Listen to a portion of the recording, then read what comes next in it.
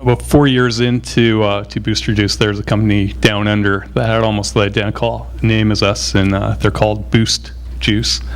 So, and there was another company called Juice Boost. So one was Boost Juice, one was Juice Boost. I ended up approaching the company in Brisbane about merging with them.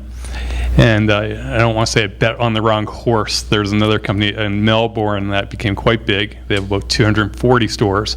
And I started to work on a merger with Mark, who was in Brisbane. And so in hindsight, it turned out by chance. I went to Brisbane first as opposed to Melbourne first. So if I'd gone to Melbourne first, I think I would have about 600 stores right now as opposed to 300.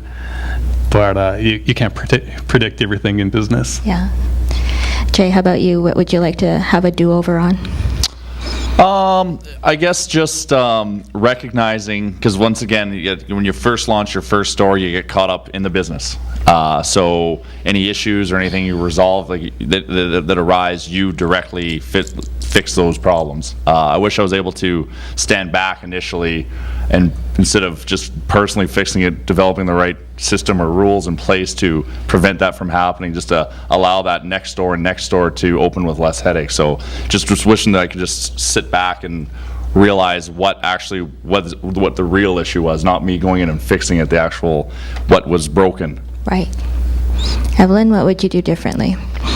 You know, I think as an entrepreneur, I would think bigger and I would dream bigger.